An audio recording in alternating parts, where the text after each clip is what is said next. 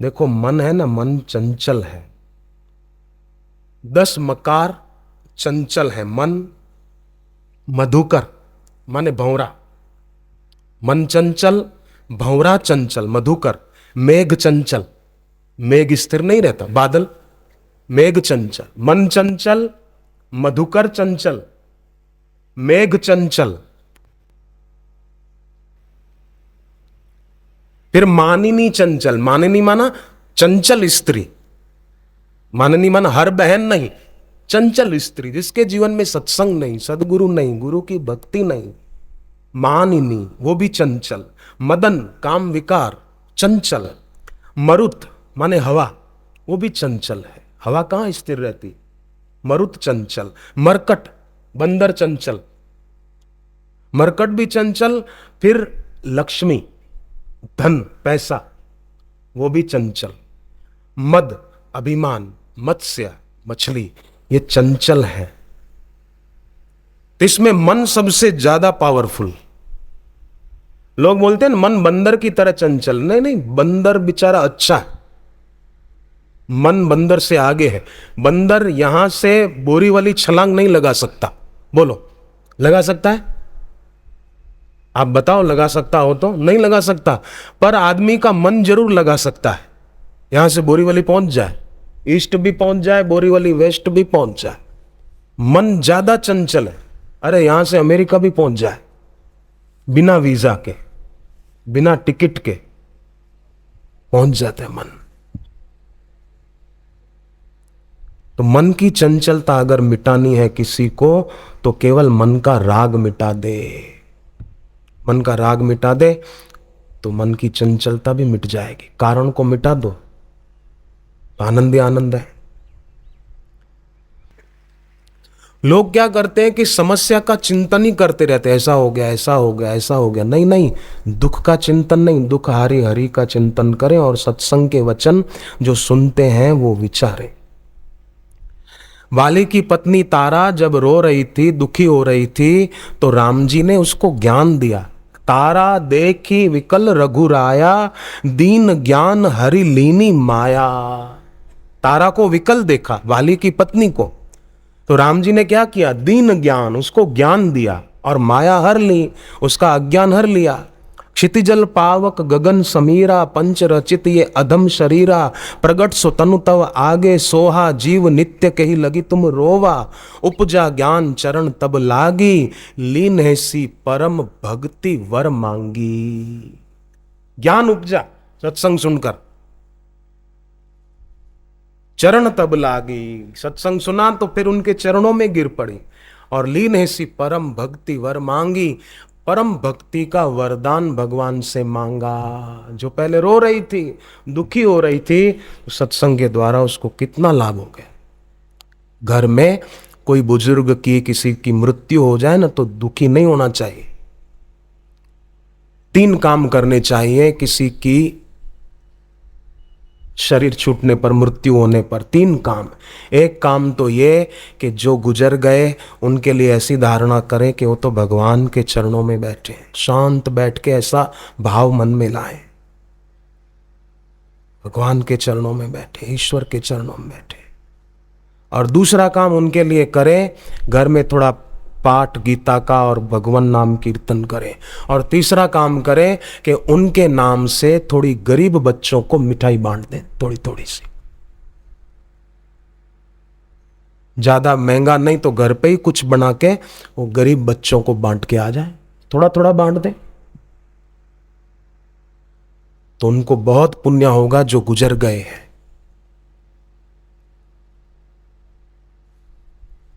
किसी की मृत्यु हो गई, उसका शव जलाने ले गए, तो उसमें अगर एक रुद्राक्ष का मोती डाल दें तो उस जीव की अगति नहीं होती। उसकी अस्थियां आंवले के रस से धोकर फिर गंगा जल में विसर्जन करें तो उसकी बहुत ऊंची गति होती है। उसके लिए गीता का पाठ कर लिया जाए 7वें अध्याय का, तो उनकी बहुत ऊंची गति होती। और घर में हमेशा ये याद रखें कि क्लेश का वातावरण तो रहे ही नहीं, शांति बनी रहे। जो ज्यादा गुस्सा करते हो घर में, ऐसे लोगों से जब बात करनी हो ना, तो आप देखो आपके नाक का जो स्वर बंद है उस तरफ उस व्यक्ति को खड़ा रख के बात करो, उसका गुस्सा थोड़ा कम होगा। उसका मतलब ये नहीं कि आप उस आदमी को बोलो कि जरा इधर खड़ा रहा इस तरफ, क्योंकि मेरा ये स्वर बंद है, तो ऐसा दूसरा भी बंद हो जाएगा। तो आप ही जरा ऐसे ढंग से सेट होके बात करो। और घर में खाना ज़्यादा तेज मिर्च मसाले वाला न बनाएं, सात्विक भोजन बनाएं, जप करते करते बनाएं, या थोड़ा सुबह जप करते समय जल भर के रखें, वो जल उसमें भोजन में डाल दें, तो खाने वाले का भी भला होगा, उसकी उन्नति होगी।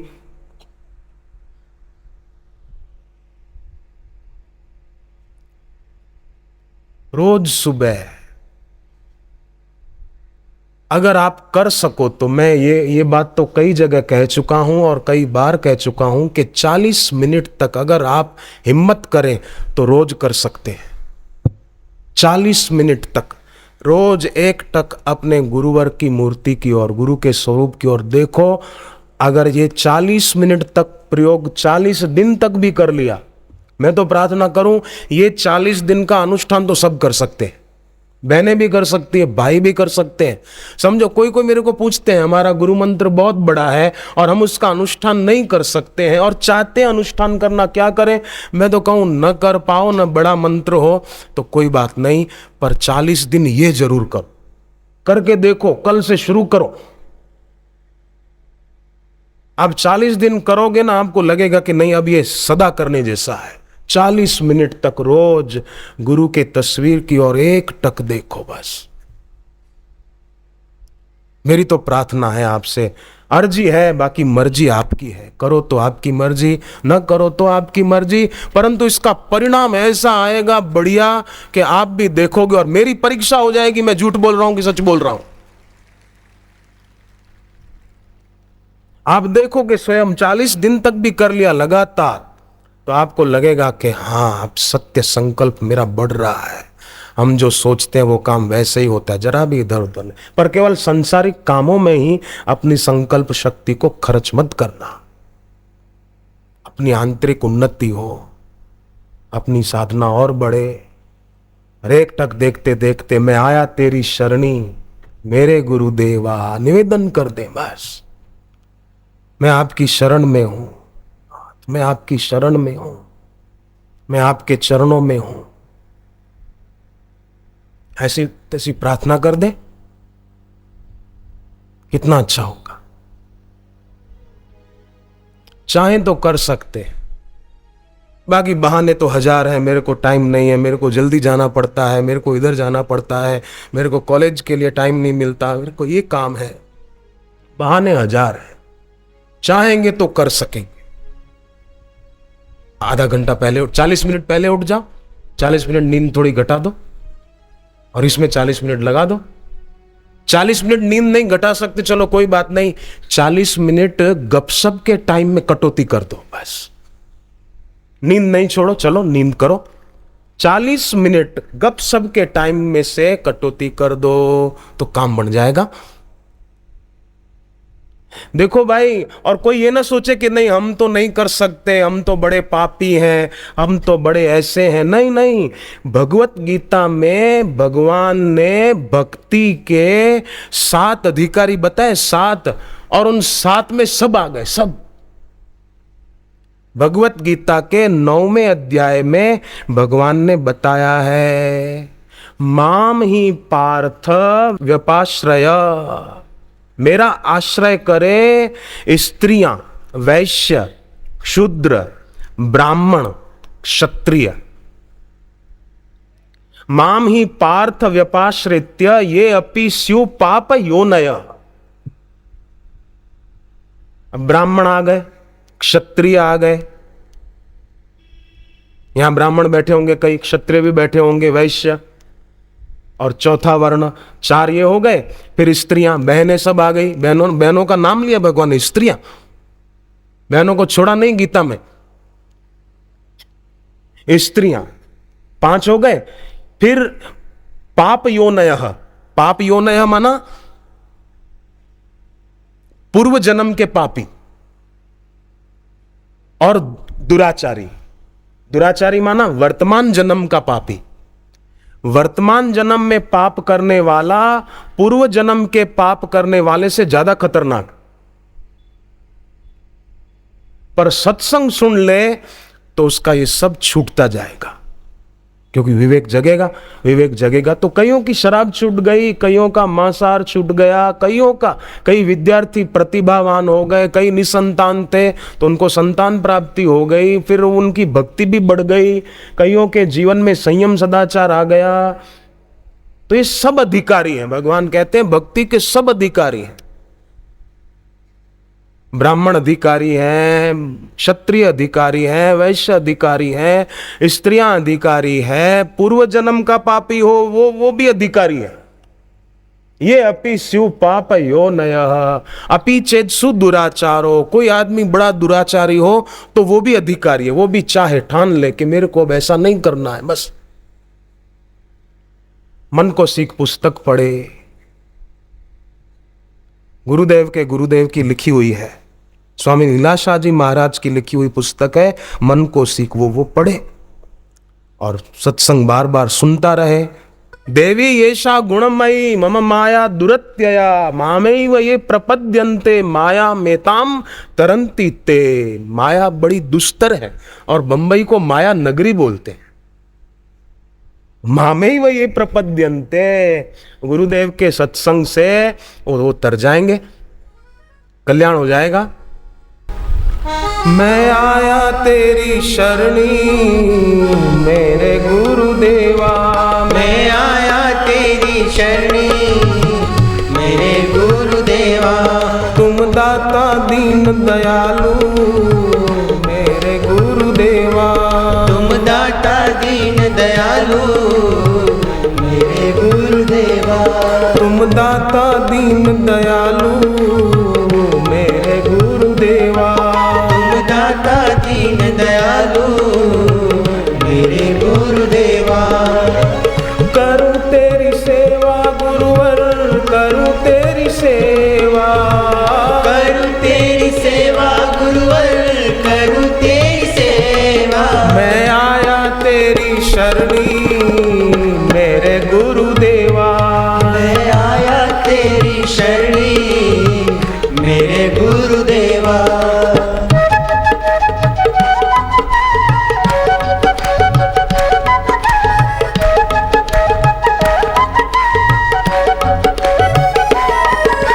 तुम ही सहारा, तुम ही साथी, तुम ही दीपक, तुम ही बाती। तुम ही सहारा, तुम ही साथी, दीपक तुम ही बाती। तुमसे रोशन दिन और राती, महिमा तेरी कहीं न जाती। तुमसे रोशन दिन और राती, महिमा तेरी कहीं न जाती।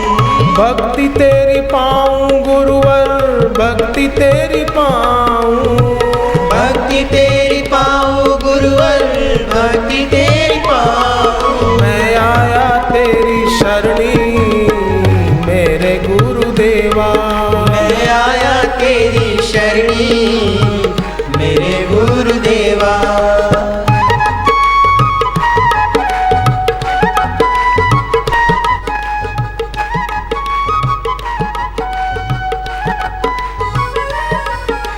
चरणों में तेरे वंदन करते, तेरा ही हम सुमिरन करते। चरणों में तेरे वंदन करते, तेरा ही हम सुमिरन करते। दर्शन तेरा हम सब करते, भक्ति अपने दिल में भरते। दर्शन तेरा हम सब करते, भक्ति अपने दिल में भरते।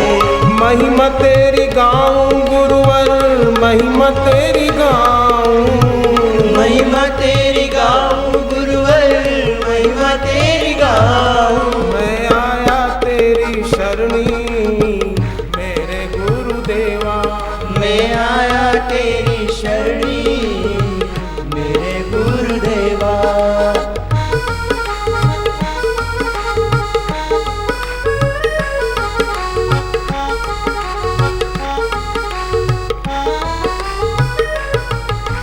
तेरा है गुरु प्रेम निराला, कर देता है दिल में उजाला। तेरा है गुरु प्रेम निराला, कर देता है दिल में उजाला। भक्तों को है तुमने संभाला, तुम खोले तकदीर का ताला। भक्तों को है तुमने संभाला, तुम खोले तकदीर का ताला।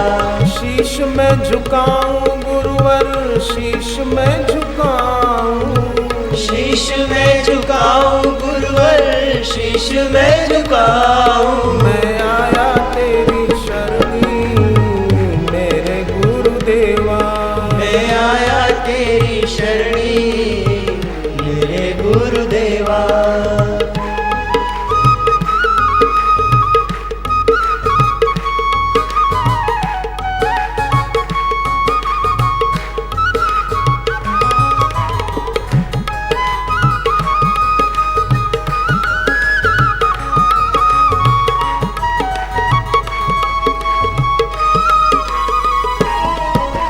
अंतर्यामी तुम हो, पालनहारे तुम हो।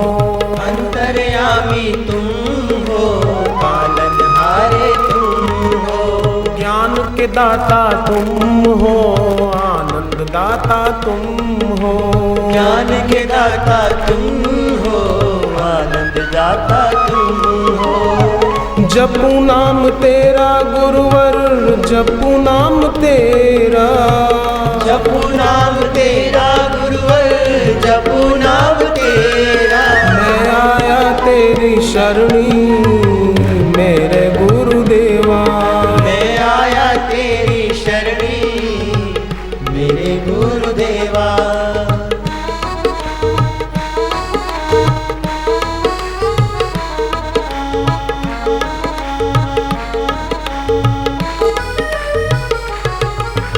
ज्ञान योग की धारा बहाते, भक्ति तप की महिमा बताते। ज्ञान योग की धारा बहाते, भक्ति तप की महिमा बताते। अंतर गहरा ध्यान कराते, ब्रह्म ज्ञान का अमृत पिलाते। अंतर गहरा ध्यान कराते, ब्रह्म ज्ञान निज रूप बताते। प्रीत में बढ़ाऊं गुरुवर, प्रीत में बढ़ाऊं। प्रीत में बढ़ाऊं गुरुवर, प्रीत में बढ़ाऊं। मैं आया तेरी शरणी मेरे गुरुदेवा। मैं आया तेरी शरणी मेरे गुरुदेवा। तुम दाता दीन दयालु मेरे गुरुदेवा। तुम दाता दीन दयालु मेरे गुरुदेवा। तो सभी के चरणों में मेरी फिर से प्रार्थना है कि भोगी आदमी वो आरंभ को महत्व देता है कि बस ये खा लो, ये पी लो, ऐसा कर लो, फिल्म देख लो। परंतु जो सत्संगी होता है वो विवेक के प्रकाश में परिणाम को महत्व देता है, अविवेकी आरंभ को महत्व देता है। सोचता ही नहीं कि आरंभ तो सदा रहेगा नहीं, शरीर सदा रहेगा नहीं। उसकी कामना सदा रह जाती है और वो कामना दूसरे जन्मों में भटकाती रहती है। योग वशिष्ठ में आता है कि जो लोग इच्छा पूर्ति का मजा लेने में लगे रहते हैं तो इच्छा तो पूरी नहीं होती तो मर जाते हैं, इच्छा रहते हैं, फिर दूसरे जन्म में फिर कोई ना कोई योनि में आते हैं और इच्छा पूरी करने का मजा लेते रहते हैं। मजा तो क्या, सजा है। एक आदमी को सर्दी हो गई, सर्दी, तो अपने दोस्त को पूछा सर्दी कैसे जाएगी। तो दोस्त था शराबी, वो बोला 2 घूंट सुबह और 2 घूंट शाम को पी, सर्दी चली जाएगी। इसने कहा शराब पीने से सर्दी चली जाएगी? बोले हाँ, मेरी दुकान चली गई, मेरी प्रॉपर्टी चली गई, मेरी सारी संपत्ति चली गई, तेरी सर्दी नहीं जाएगी? पी के देख तू। अब शराब पीने से सर्दी नहीं जाएगी, संपत्ति जरूर चली जाएगी। पर विवेक नहीं है, सत्संग नहीं है, गुरु की दीक्षा शिक्षा नहीं है, तो आदमी इनको महत्व देता है। डायोजनीस को शराब की बोतल गिफ्ट में दी गई तो उन्होंने शराब की बोतल जोर से पछाड़ी कांच की बोतल टूट गई, शराब मिट्टी में मिल गई। गिफ्ट देने वाले ने कहा कि ये बड़ी कीमती शराब थी, आपने इसको मिट्टी में क्यों मिला दिया? डायोजनीज ने कहा, अच्छा हुआ मैंने इसको मिट्टी में मिला दिया, नहीं तो एक दिन ये ही मेरे को मिट्टी में मिला देती। अच्छा हुआ पहले मैंने इसको मिला दिया। एक संत बैठे थे, सेठ ने आकर प्रणाम किया, तो संत ने सेठ को प्रणाम कर दिया। सेठ ने कहा, महाराज आप हमको क्यों प्रणाम करते हो? संत ने कहा, आप हमको क्यों प्रणाम करते हो? बोले, आप बड़े त्यागी हैं, तपस्वी हैं, सब कुछ छोड़कर यहाँ एकांत में भगवान का भजन कर रहे हैं, ध्यान कर रहे हैं, जप कर रहे हैं, सब त्याग करके बैठे हैं, इसलिए आपको प्रणाम करता हूँ। तो संत ने कहा, इसलिए तो मैं तेरे को प्रणाम करता हूँ, तू भी बड़ा त्यागी है, मेरे से बड़ा त्यागी है। मैं तो छोटा त्यागी हूँ, तू बड़ा त्यागी है। बोले, कैसे? बोले, हमने तो भगवान के लिए संसार को छोड़ा, पर तूने तो संसार के लिए भगवान को ही छोड़ दिया। तू बड़ा त्यागी है, मैं तो साधारण त्यागी, तू महात्यागी है, ईश्वर को ही छोड़ के बैठा है तो ईश्वर का अंश, पर भूल गया है अपना वंश। ईश्वर का अंश, अपना वंश भूल गया। तो अब क्या करें? अब इतना करे, भिन्न भिन्न वस्तुओं में, व्यक्तियों में मन न लगाए, नहीं तो खिन्न जरूर रहेगा। गुरु के चरणों में मन लगाए तो जीवन में कभी बिखरेगा नहीं, व्यक्ति निखरेगा। गुरु का भक्त बिखरता नहीं, निखरता है और जीवन में शिखरता पाता है, ऊंचाइयां पाता है। तो क्यों ना हम इस रास्ते पर कदम रखे हैं, इतनी श्रद्धा से आकर बैठे हैं। तो कौन बैठे? कई ऐसे भी हैं जो पहली बार आए होंगे सत्संग।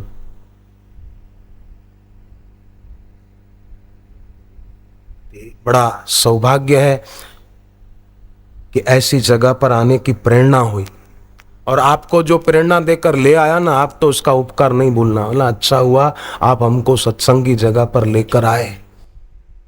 तो हमको पता चला कि जैसे रसोई घर में रखा हुआ घी, आप एक बात बताना कृपा करके, रसोई घर में रखा हुआ घी और तेल क्या हाथ धोने के लिए होता है क्या? बोलो बहनों, रसोई घर में रखा हुआ घी और तेल हाथ धोने के लिए नहीं होता, भोजन बनाने के लिए होता है। उसी प्रकार ये मनुष्य शरीर सत्संग और भक्ति के बिना बर्बाद करने के लिए नहीं है, सत्संग भक्ति और गुरु की दीक्षा शिक्षा के द्वारा कल्याण करने के लिए है। भगवान से विश्वासघात करने के लिए नहीं है, उनका और विश्वास संपादन करने के लिए है। भगवान ने गीता में कहा है, जो मनुष्य शरीर पाकर साधन भजन करते हैं, सत्कर्म करते हैं, तो ऐसे लोग अगर इसी जन्म में ईश्वर का साक्षात्कार उनको नहीं हो पाया तो मैं उनको दोबारा मनुष्य शरीर देता हूँ। और अगर शरीर पाकर साधन भजन नहीं किया और पैसा मेरा परमेश्वर ने, पत्नी मेरी गुरु, बच्चे मेरे शालिग्राम, पूजा किसकी करूं, ऐसा ही करते रहे तो भगवान कहते हैं आसुरी योनि मापन्ना, मैं उनको आसुरी योनियों में धकेल देता हूं। गीता पढ़ो, आसुरी योनि मापन्ना, 16वें अध्याय का 20वां श्लोक है। आसुरी योनि मापन्ना मूढ़ा जन्मनी जन्मनी, बार बार 2 बार कहा, जन्मनी जन्मनी, बार बार जन्मेगा। माम अप्राप्यैव, अर्जुन उनको मेरी प्राप्ति नहीं होगी। माम अप्राप्यैव कौन्तेय ते अपि यान्ति अधमाम गतिम, उनकी अधम गति, अधोगति होगी। बंजारा था एक बंजारा, वो गधे लेकर मिट्टी भरने जाता था। एक दिन उसको चमकीला पत्थर दिखा, था तो हीरा, और उसको पता नहीं कि ये हीरा है। गधे के गले में बांध दिया। सामने से आ रहा था जौहरी, हीरो का पार्क की। उसने कहा कि ये पत्थर बेचोगे? बोले हाँ। कितने में? 5 रुपए में।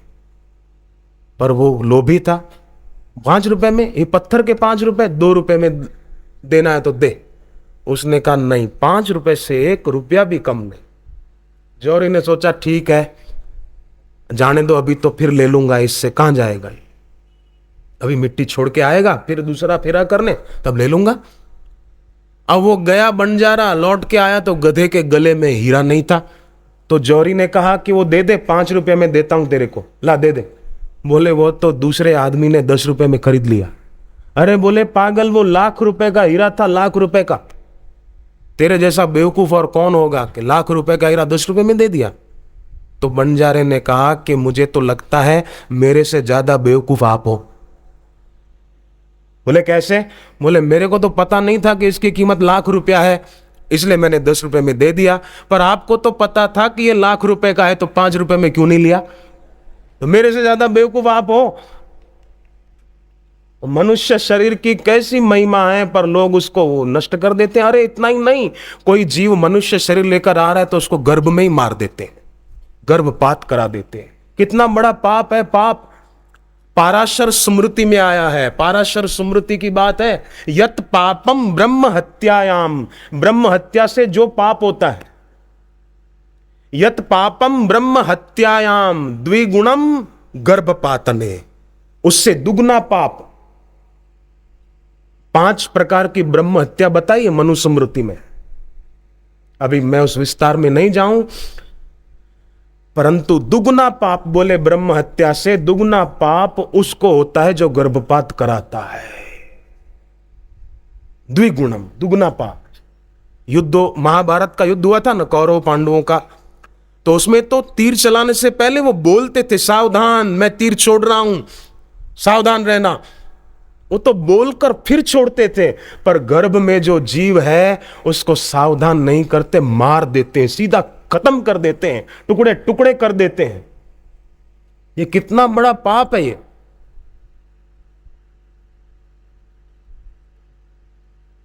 इससे बचें, दूसरों को भी बचाएं। मनुष्य शरीर पाकर कोई जीव ईश्वर का साक्षात्कार कर सकता था गुरु की शरण लेकर, पर उसको आने ही नहीं दिया, उसको मार डाला। ये कितनी निर्दयता है। मुझे उल्लासनगर में पिछले साल जब सत्संग था तो एक पति पत्नी मिले, बोले हमको पहले 2 बेटियां थी, तीसरी संतान भी बेटी होने वाली थी, पता चला तो हमने सोचा कि इसको गिरा दें, अबॉर्शन करा दें, परंतु फिर सोचा चलो थोड़ा सोच लेते थोड़े दिन। इतने में बापूजी का सत्संग सुना और ये बात सुनी कि ये तो बड़ा पाप है। बोले हमने अपने दिल से ख्याल निकाल दिया और बेटी का जन्म होने दिया। हमारे घर में तो पैसा और बढ़ गया, संपत्ति बढ़ गई है। तो मेहरबानी करके दूसरों को भी आप प्रेरणा दीजिए। आप जैसे सज्जनों के द्वारा दूसरों तक ये बात पहुंचेगी तो हमारे समाज में अच्छाई बढ़ेगी।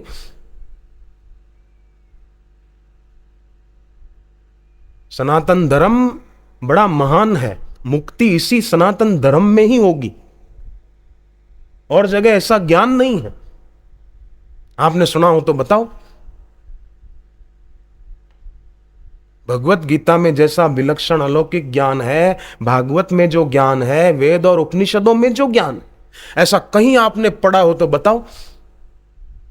फिर बता देना कभी पढ़ के, 1-2 महीने के बाद बता देना, बोले देखो ये गीता से ज्यादा अच्छी बात इसमें है, आप मेरे को बताइए।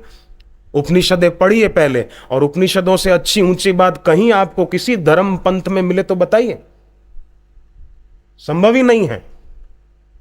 तो ऐसी सनातन संस्कृति में बेटी का बेटे का जन्म हो रहा है तो होने दे, उसको मारना क्यों अंदर।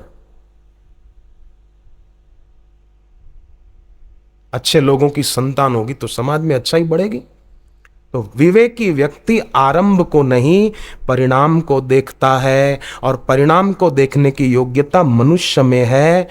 मनुष्य चाहे तो परिणाम का ख्याल करके महान बन सकता है, दूसरों को भी उस रास्ते चला सकता है। करे, हिम्मत न हारिए, प्रभु न बिसारिए, हंसते मुस्कुराते हुए जिंदगी गुजारिए, सात्विक सुख पाइए। भगवान ने गीता में कहा 3 प्रकार का सुख होता है। सुखम त्रिवदानी त्रिविधम शृणु में भरतर्षभः, अभ्यासात् द्रमते यत्र दुखांतम च निगच्छति। सात्विक सुख को पाले अर्जुन तो दुखों का अंत हो जाएगा। अनित्यम असुखम, भगवान ने गीता में कहा शरीर क्या है कि अनित्य है। असुखम, संसार क्या है कि यहां सुख नहीं है, असुखम। अनित्य भी है, असुखम, सदा रहने वाला नहीं है, और इसमें सदा सुख मिलने वाला नहीं है। तो सदा सुख अगर चाहिए तो सदा रहने वाले भगवान का नाम जप किया जाए, गुरु से दीक्षा में मिल जाए तो और अच्छा।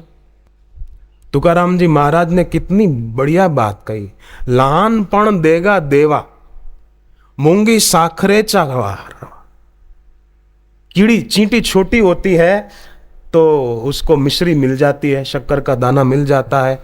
ऐरावत रत्न थोर, त्यासी अंकुशाचा मार। हाथी बहुत बड़ा है और उसको अंकुश की मार पड़ती है, चींटी छोटी है तो उसको शक्कर मिल जाती है, हाथी को मार पड़ती है। छोटा जो नम्र बन जाता है। गाल तराजू तोलिए नमे सो भारी होए। तराजू में तोलते हैं कोई चीज तो जो पलड़ा नीचे झुक जाता है वो भारी कहलाता है। नमे सो भारी होए, तो जो नम गया, झुक गया गुरु के चरणों में। दुष्ट के आगे नहीं, दुराचारी के आगे नहीं झुकना है। भगवान, माता पिता, गुरु के चरणों में जो झुक जाता है वो बहुत बहुत ऊंचा हो जाता है।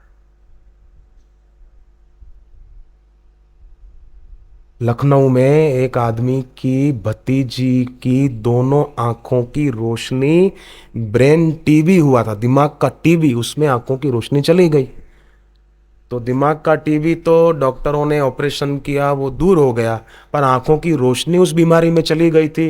वो बच्ची को दिखता नहीं था, आवाज से पहचानती थी बेचारी कि माँ है, पिताजी हैं, ऐसा। तो उन्होंने कई बड़े बड़े डॉक्टरों को दिखाया, पर उन्होंने सब ने कहा कि नहीं भाई, कुछ नहीं कर सकते हम। तो उन्होंने सोचा कोई बात नहीं, हम दैवी चिकित्सा करेंगे। तो घर पे आए और पानी भर के रखते, प्रार्थना करते, शांत बैठते, ध्यान करते, केवल मांग मांग ठीक हो जाए, ठीक हो जाए, गुरुजी मेरी बच्ची ठीक हो जाए, आंखों की रोशनी आ जाए, ऐसा नहीं।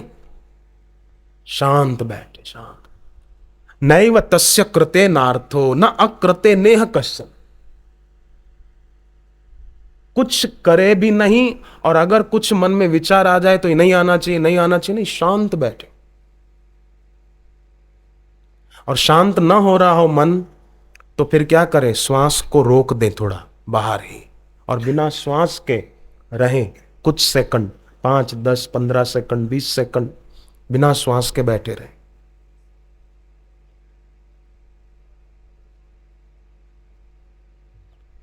मन शांत होने लगेगा।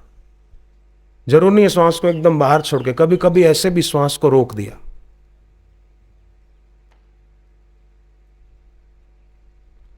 आप देखना शांति बढ़ने लगी। अभी अभी करके देखो, रोक दो श्वास को 5 सेकंड के लिए ही सही, सहज जैसे बैठे हो ऐसे ही। अंदर है तो अंदर, बाहर है तो बाहर, रोक दो।